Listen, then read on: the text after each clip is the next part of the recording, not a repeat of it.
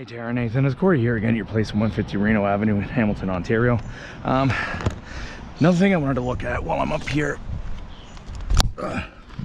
is your soffit. So what we have here is this aluminum soffit, right?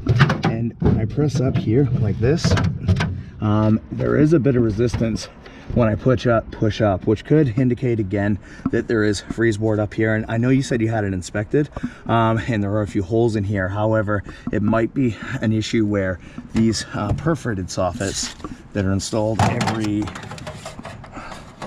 just over about 2.5 feet apart aren't allowing enough consistent airflow up into that attic cavity to get through those little holes, and it could be constricting the air access to the attic space.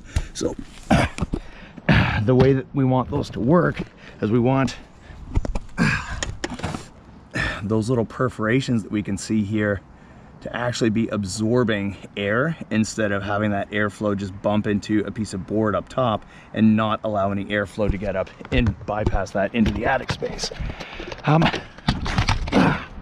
So in addition to that, we have an issue with slope where, again, this is a low slope application, not like an extreme low slope, but it is very walkable at 3.712. And what 3.712 means is it is a really long reach to actually bring up the air from the soffits there and bring that up to the top of the attic space and help to flush out that hot humid air that I was referencing when I was up in the attic space. So when I look here, what we can see are hot spots all around this roof system. And the issue that I have with the way these vents have been installed, like if I'm a roofer who doesn't really know much about insulation, then yeah, just adding more vents in is going to be great.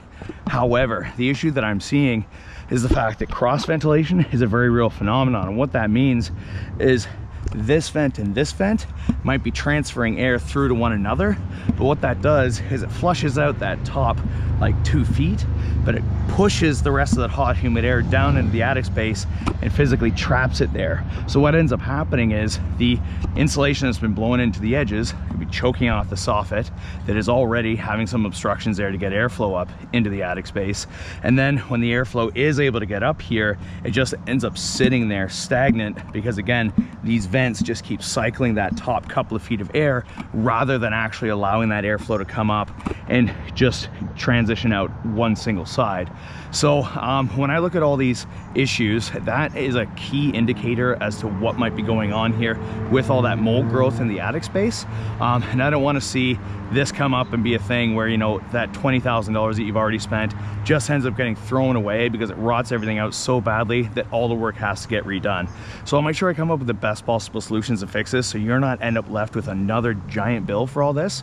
And I'll you know, make sure that we're going to get the most out of the investment that you've made in your home.